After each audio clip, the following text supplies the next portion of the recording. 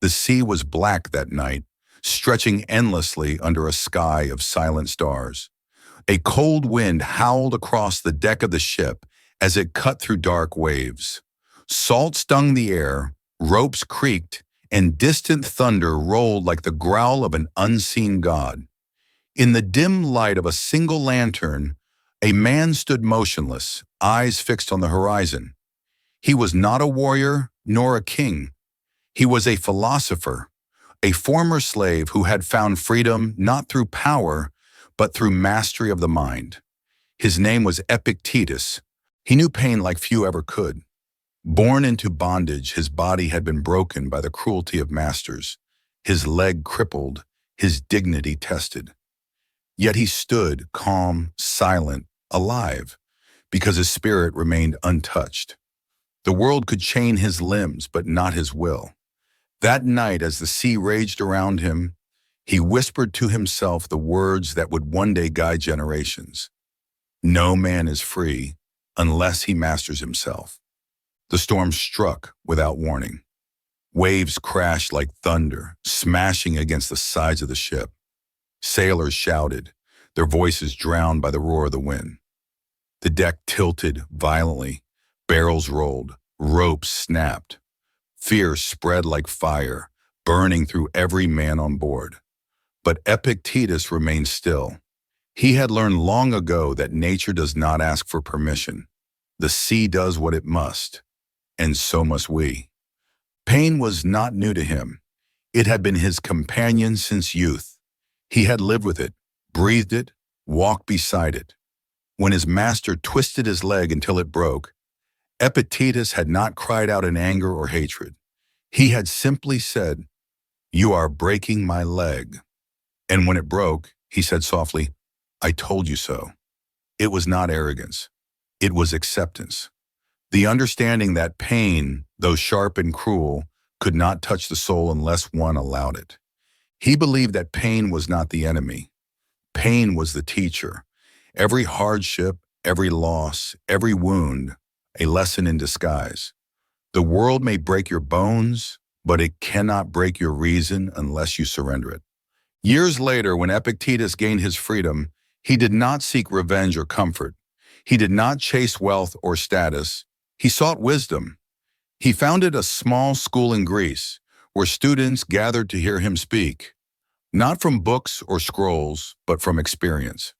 They came from across the world to learn one truth, that peace is not found by avoiding pain, but by embracing it.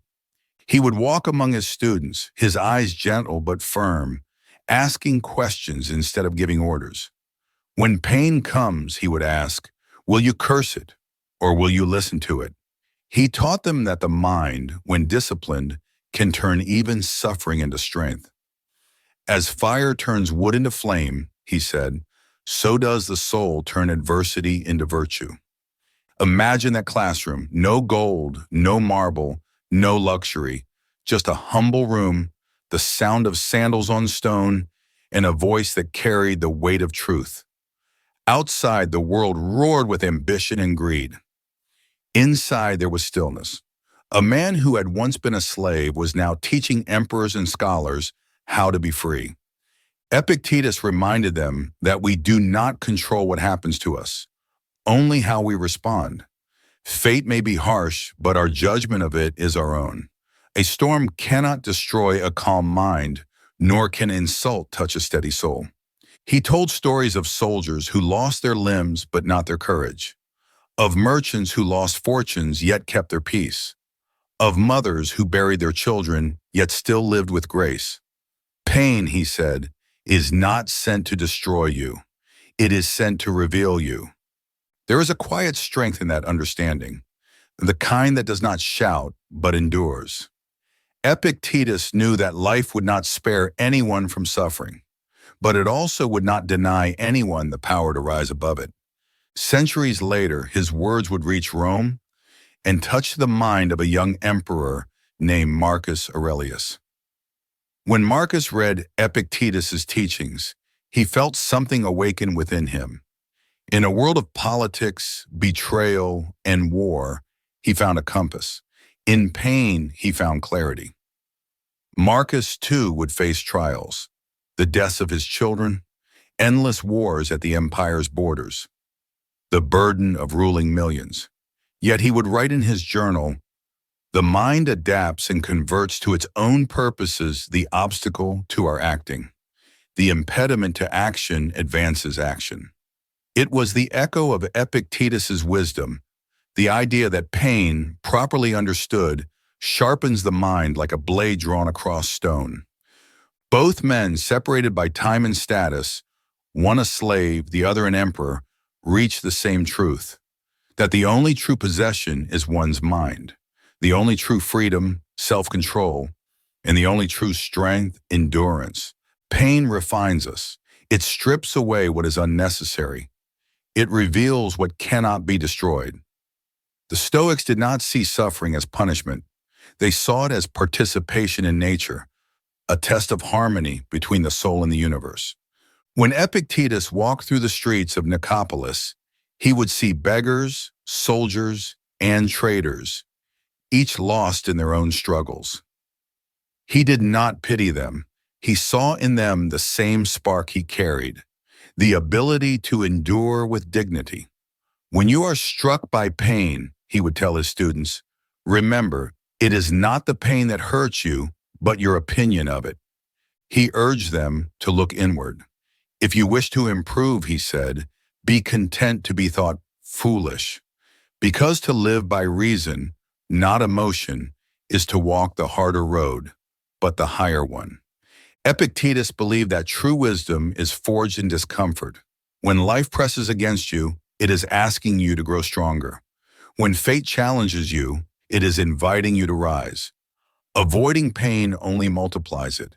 Facing it transforms it. The philosopher's life was not without loneliness. Behind his calm eyes was a man who had walked through fire and learned to smile at its warmth. He never married, never sought fame or applause. There were no banquets in his honor, no marble statues bearing his name. His companions were silence, thought, and the gentle rhythm of dawn.